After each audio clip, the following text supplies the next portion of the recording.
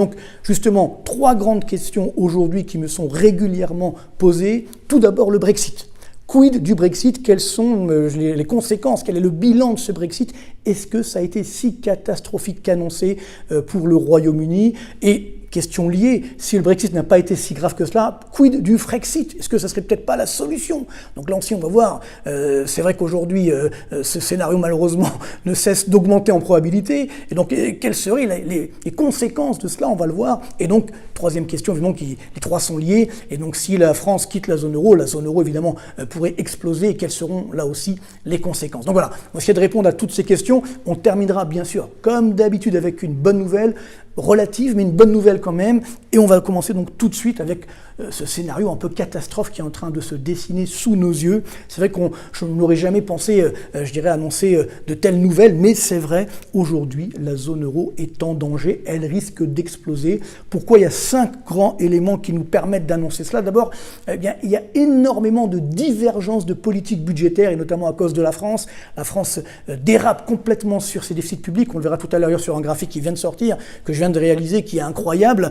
On verra ensuite donc on a également des graves dissensions au sein de la zone euro, notamment entre le président de la Bundesbank, Joachim Nagel, et Christine Lagarde, la présidente évidemment. C'est que la planche à billets nous a coûté très cher, notamment en termes d'inflation. Alors maintenant on a augmenté les taux d'intérêt. Que faut-il faire pour essayer de limiter la récession qui s'installe aujourd'hui dans beaucoup de pays de la zone euro? Donc il y a des grandes tensions qui sont là, donc ça c'est pas de nature évidemment à calmer le jeu. Troisième problème, c'est que effectivement jusqu'à fin 2021, on avait Angela Merkel qui, à chaque fois, calmait le jeu, remettait les pendules à l'heure. Finalement, on s'arrangeait. Aujourd'hui, on n'a plus malheureusement de leader charismatique pour donner le là sur la zone euro, à tel point que nous avons aujourd'hui un sentiment europhobe qui est en train de s'installer dans beaucoup de pays de la zone euro. Donc ça, c'est quand même une question qu'on doit se poser. On a créé la zone euro pour justement être plus fort. Si on devient plus faible, il y a évidemment un problème. Et puis, dernier point, c'est vraiment la mauvaise surprise de ces derniers jours. Le président français, qui justement aurait pu remplacer Angela Merkel, vient de nous dire qu'il comptait peut-être envoyer des troupes en Ukraine, etc. Donc il est très belliqueux. Bon, pourquoi pas, mais j'ai envie de dire, à ce moment-là, il faut prévenir les partenaires européens. Et on se rend compte que ça n'a pas été le cas. Donc ça crée des tensions au sein de la zone euro, au sein de l'Union européenne. Et donc la zone euro est aujourd'hui en danger existentiel. Et ça, c'est vraiment, encore une fois, une réalité qu'on doit voir en face pour éviter justement le pire. Alors, malheureusement, c'est encore la France qui, aujourd'hui, se démarque négativement, puisque c'est là où les déficits et la dette publique augmentent le plus. Les chiffres viennent de sortir. Donc, sur le mois de janvier, on a eu le déficit de l'État. Vous savez, uniquement l'État. On a les chiffres mois par mois. Et si vous vous souvenez, en novembre, on avait atteint un record historique. Puis en décembre, bizarrement, le déficit avait fortement baissé.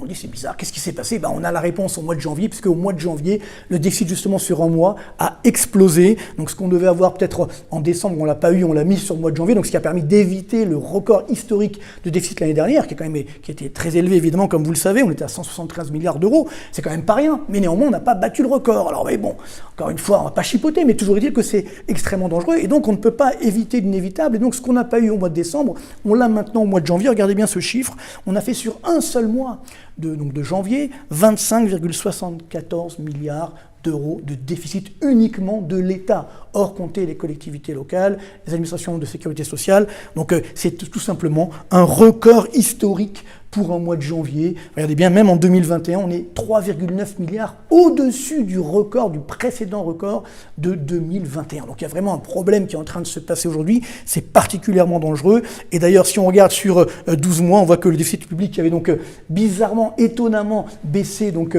en fin décembre, fin d'année dernière, donc au mois de décembre. Là, ça y est, ça repart à la hausse. Quasiment 178 milliards, 180 milliards quasiment de déficit public, uniquement de l'État, encore une fois, donc ça veut dire que ça va grossir. Et si, évidemment, il y a plus de déficit, ça veut dire qu'il y a plus de dettes. Et là aussi, la France se démarque. On attend, bien sûr, les chiffres du 4e trimestre qu'on aura fin du mois de mars. En attendant, on a les chiffres du troisième trimestre, et comme vous le savez, la France est numéro 3 de l'Union européenne en termes de dette publique par rapport au PIB. On a toujours la Grèce qui a donc baissé néanmoins, mais 165% du PIB, 140% en Italie, et ensuite la France a quasiment 112%. Tous les pays qui étaient devant nous précédemment, la Belgique, l'Espagne, le Portugal, sont maintenant derrière nous. Alors, on me dit, oui, mais c'était pas possible de faire différemment. Si énormément de pays font mieux que nous, même beaucoup mieux que nous, regardez bien, 16 pays de l'Union européenne ont une dette publique inférieure à 75% du PIB. Vous avez tous les pays ici, on ne va pas rentrer dans le détail, mais tout ça pour dire que c'est possible évidemment de ne pas déraper sur sa dette publique. Par contre, nous, ça, on ne sait pas faire, et donc voilà, nous avons cette dette publique, 111,9% du PIB. Regardez bien, il n'y a que 3 pays maintenant dans l'Union européenne qui ont une dette publique supérieure à 110% de leur PIB. Et nous en faisons partie, nous, effectivement, les Français, et ça, c'est très dangereux. Alors maintenant, je vous ai fait un graphique incroyable, tout à fait inédit, que je crois personne n'a fait d'ailleurs, mais qui, donc, âme sensible, là aussi, je vous préviens un petit peu à l'avance. Restez, mais je vous préviens quand même, c'est un petit peu dur à supporter. Voilà aujourd'hui l'état de l'augmentation du ratio dette publique sur PIB depuis 2019, parce que c'est vrai qu'on a eu le coronavirus, après, bon, etc., donc on peut dire c'était un petit peu artificiel, ok. Alors voyons maintenant depuis 2019. Attention, ça va vous choquer. Où est-ce que la dette publique a le plus baissé, où est-ce qu'elle a le plus augmenté par rapport au PIB? Parce que c'est ça le but aussi. La dette publique, si elle augmente et que le PIB augmente plus que la dette, pourquoi pas? Mais regardez bien ce ratio, donc dette publique sur PIB, ça va vous surprendre. Mais on y va. Allez, là où ça a effectivement baissé, regardez bien, c'est en Grèce où ça a le plus baissé, 21,8 points, donc finalement de moins. Donc où cette dette publique, ce ratio a baissé. Donc les Grecs ont fait des efforts énormes. C'est vrai qu'ils partaient de très haut, mais ils ont fait des efforts. On a ensuite Chypre, l'Irlande, Portugal, Croatie, etc. Après, il y a les pays qui augmentent. Vous voyez, bon, de 3 points, bon, ça va, l'Allemagne par exemple. Et puis ensuite, d'ailleurs, j'ai mis Germanie. Bien, c'est bizarre. C'est évidemment l'Allemagne, comme vous le savez. Et ensuite, on a les pays où la dette publique augmente de plus en plus. Et c'est ça qui est incroyable. Quel est le pays de la zone euro où la dette publique augmente le plus? Regardez bien, c'est la France, avec une dette publique qui augmente de 13,1 points de PIB. Vous voyez bien, on est devant l'Estonie, la Slovaquie, la Finlande, l'Espagne, etc. C'est en France que la dette publique a le plus augmenté. Nous sommes donc numéro 3 des dettes publiques par rapport au PIB de l'Union européenne, et même de la zone euro, et dans la zone euro, nous sommes le pays où ça a le plus augmenté. Donc il y a vraiment un problème structurel qui est en train de s'implanter. Mais à la rigueur, si on avait une croissance forte, on pourrait dire au diable l'avarice. Et regardez bien, là aussi un graphique très triste malheureusement, parce que vous allez voir les pays de la zone euro avec l'augmentation du PIB en volume, ça veut dire hors inflation, donc le PIB réel comme on l'appelle, depuis 2019. Donc vous avez bien compris, le pays où la dette publique par rapport au PIB augmente le plus, c'est la France, et là où le PIB augmente le moins, alors heureusement c'est pas la France, mais regardez bien, on est dans le peloton de queue, il y a l'Autriche, l'Allemagne, la Finlande et la France. Voilà, donc c'est ça qui colle pas. Notre dette publique augmente énormément, mais le PIB, la richesse qu'on crée en France, n'augmente pas. Vous voyez bien, il y a d'autres pays, alors bien sûr, il y a l'Irlande, Malte, bon, certains pays où ça augmente beaucoup plus que nous, mais regardez, la Belgique, les Pays-Bas et autres. Et donc nous sommes la lanterne, une des lanternes rouges de cette croissance depuis 2019. Donc ça ne colle pas, ça ne peut plus durer. Et c'est ça qui est dangereux, qui crée des tensions au sein de la zone euro et qui pourrait même faire exploser la zone euro. Et d'ailleurs, si vous regardez ce graphique que je vous avais déjà montré il y a quelques semaines, mais comme il y a beaucoup de nouveaux abonnés, donc je le montre, eh bien, on le voit ici, avec donc cette dette publique qui flambe, regardez bien, depuis 2019, enfin depuis début 2020, on va dire, 713 milliards d'euros d'augmentation de la dette publique, alors que le PIB en valeur augmenté de l'inflation n'a augmenté que de 325 milliards d'euros. Donc voilà le problème, c'est qu'on a cette dette qui flambe et le PIB qui ne suit pas. Et donc c'est ça qui aujourd'hui est dangereux. Il y a quasiment 400 milliards d'euros qui ont disparu, on ne sait pas trop où ils sont. Et ça ne peut plus durer, sachant que ça crée encore une fois des tensions au sein de la zone euro. Et donc en plus, on n'a donc pas de croissance et justement aujourd'hui viennent de sortir les chiffres de la production industrielle française, une forte baisse d'1% donc sur le mois de janvier. Et regardez bien, je vous ai mis l'indicateur, vous savez, de la production industrielle, parce qu'on me dit souvent oui, ça y est, ça réindustrialise en France. Que nenni, j'ai envie de dire. Enfin, ils sont sérieux. Voilà le niveau de la production industrielle aujourd'hui. Nous parlons au mois de janvier 2024. Eh bien, regardez bien, par rapport à janvier 2008, c'est une baisse de 13,5%.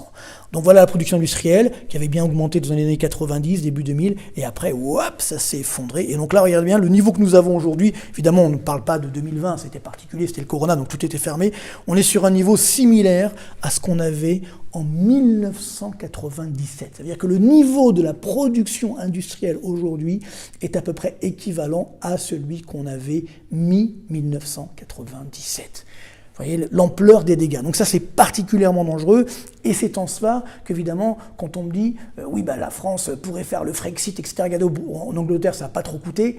Attention, parce qu'on n'a pas la même force, justement, que les Anglais. Et regardez bien, justement, ce qui se passe au Royaume-Uni depuis 2000. Donc là, on voit l'augmentation, la variation du PIB réel, donc hors inflation.